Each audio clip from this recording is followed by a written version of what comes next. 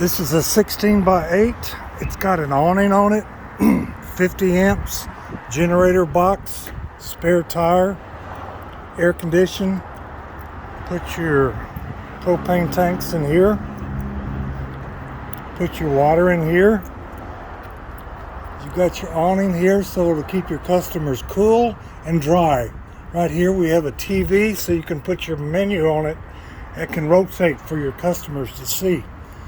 This one has got one window opening and another window opening with the serving table outside. And let's go inside. We've got show lights on this also. Inside, the cooking equipment is a fryer, a griddle, a burner, and a warmer. Then you got your 3 hand sinks, 1 hand sink there, and we've got a sandwich maker here. It's got 3 rows of containers. And there's a refrigerator.